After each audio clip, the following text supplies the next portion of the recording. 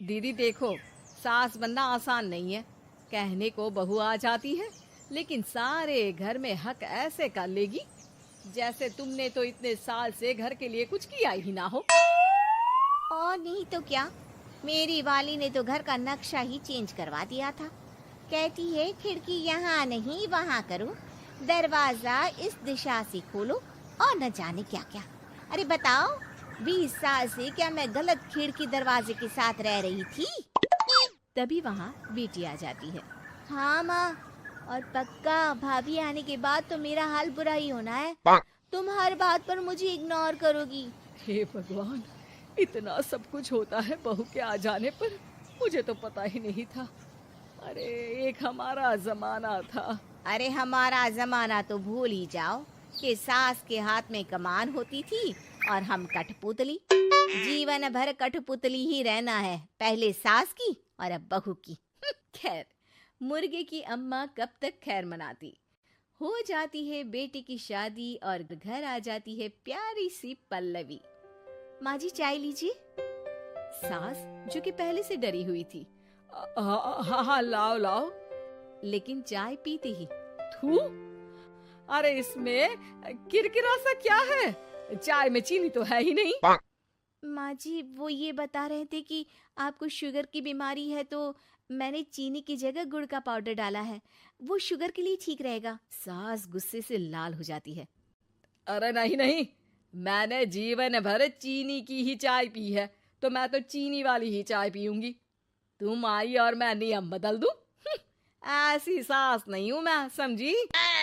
पल्लवी को समझ में नहीं आता कि सास को हो क्या गया है।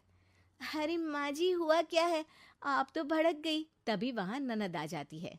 तो आप काम ही ऐसा कर रही हैं ना भाभी? अरे भाई मैंने क्या किया? शुगर के पेशेंट को चीनी नहीं पीनी चाहिए, तो मैंने चाय में चीनी नहीं डाली।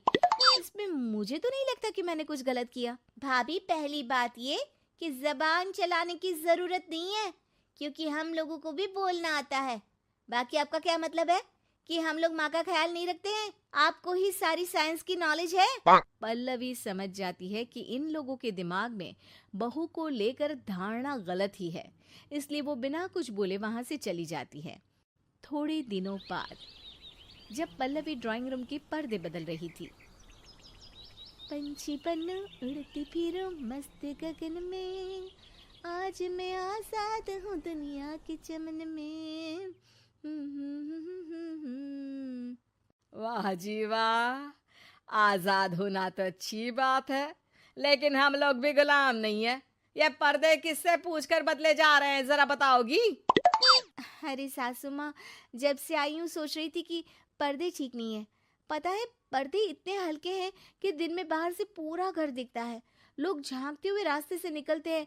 ये मुझे अच्छा नहीं लगता है। अरे वाह जी वाह, 5 साल से तो ये पर्दा लगा है, तब तो लोगों ने झांका नहीं। आज तुम आई हो तो लोग घर में झांकने लग गए, क्यों?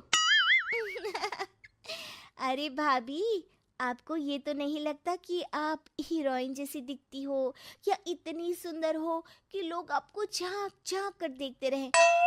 मैं भी रहती हूँ इस घर में, लेकिन मजाल है। पल्लवी सर पर हाथ रख लेती है, पर्दे लगाकर पुराने पर्दों को हटा देती है और निकल जाती है। देखा माँ, इसे कहते हैं मन मर्जी। आपने मना किया, फिर भी भाभी ने पर्दे हटा ही दिए। ठीक है बेटा, शुक्र करना पर्दे ही हटाए हैं। अरे कहीं किसी दिन ये हमें ही ना हटा दे। हम्म, ऐसे कैसे हटा देंगी? हम क्या पर्दे हैं? दिन बीतते हैं और एक दिन सास और ननद वॉक पर निकली होती है कि पड़ोसन। क्या बात है, आजकल तो आप लोगों की कोई खोज खबर ही नहीं है। तरस गए हम लोग तो। अरे नहीं नहीं, बस घर पर ही रहते हैं पहले जैसे। पहले भी तो इतनी ही खोज खबर थी ना। अरे नहीं नहीं, पहले की बात और थी।